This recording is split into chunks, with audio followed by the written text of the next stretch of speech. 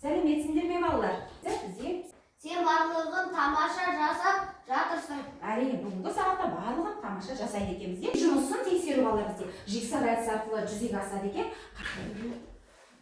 Дұрыс па екен балалар? Дұрыс екен, иә? Келесі балалар. Біз мынандай сұраққа жауап берейікші. 1941 жылы қандай оқиға болып еді? Қане, кім жауап берді? Қолыңызды көтерейін. 1941 жылы соғыс болған. Қандай соғыс? Ұлы соғыс болған. Ұлы отан соғысы болған. болған. Апаларымыздың атын білеміз бе екен? Қане, кімдерді біледі екенбіз? Әлия Молдағұлова. Жақсы, Әлия Молдағұлова. Жақсы. Яғни Бауыржан атамызды біледі екенбіз, иә? Олай болса, біздің балалар бүгінгі сабағымыздың тақырыбы қалай аталады екен балалар? Бауыржан момышұлына байланысты Нығмет Ғабдуллиннің батыр ата және батырдың мінезі деген тақырыппенен танысады екенбіз. Келесі балалар, жаңағы бізде осы батырдың мінезі мәтіннің авторы бізде айттық Нығмет Ғабдуллин екен, иә? Қане балалар, өзіміз оқып танысайықшы. Қане, кім?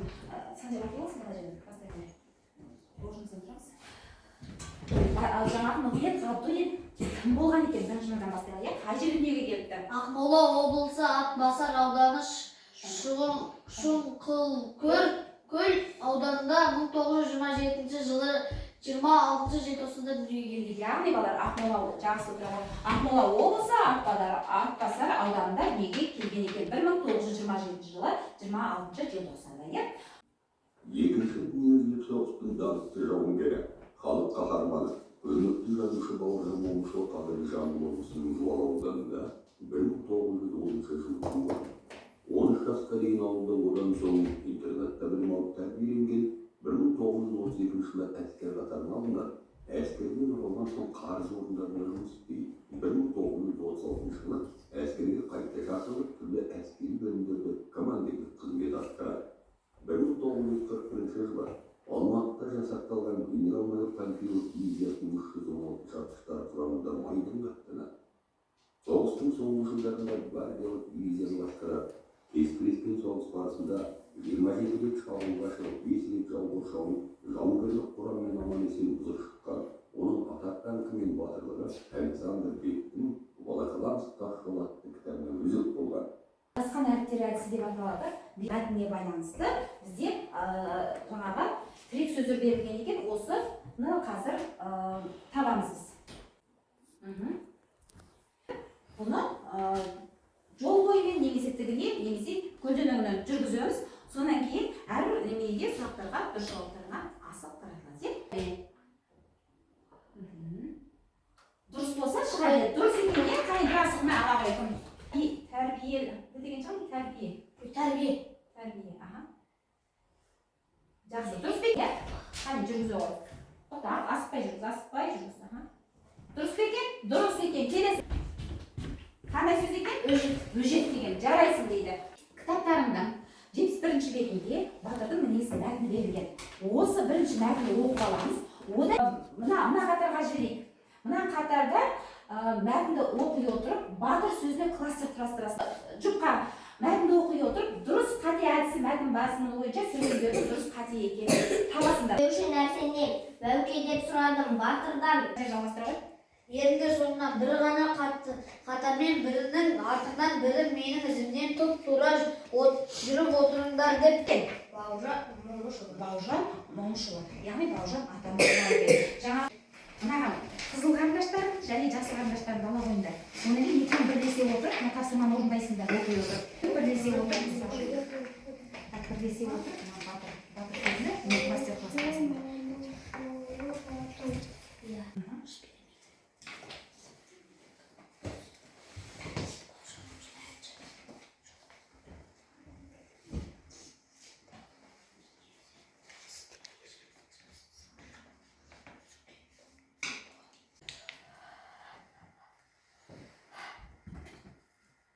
Шалап айтқанда Командир болған, батыр болған екен, жазушы болған екен, жақсы. Бұлар екеуін бірлесе отырып жасадыңдар, барлық сұраққа толығымен жауап берген екен. Тыңдаймыз. Батыр дегеніміз кім? Қане айта ғой. батыр деген айбатты. Айбатты болады екен, батыр дұрыс. Мінезді. Батырдың жерін жаудан қорғайды екен, е? Айта кетші.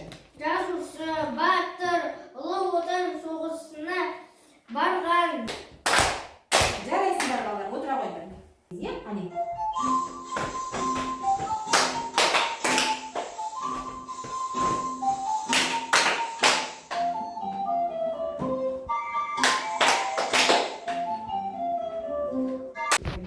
Балалар, келесі тапсырмаға кезек берейік, иә? Бұл бізде ғажайып сандар әдісі.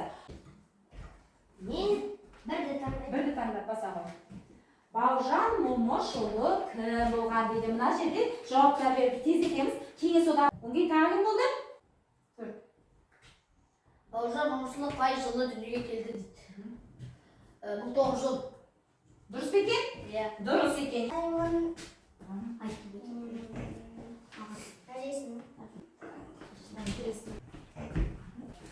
Дәптерlerінде мәтінде қолданған нақыл сөзді тауып дәптерімізге жазуымыз керек.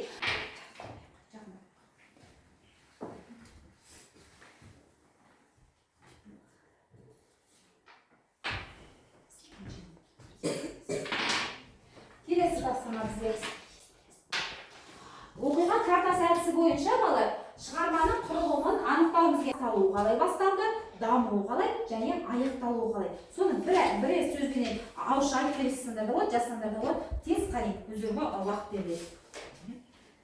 Жаңағы оқиға қалай басталды, қалай дамды.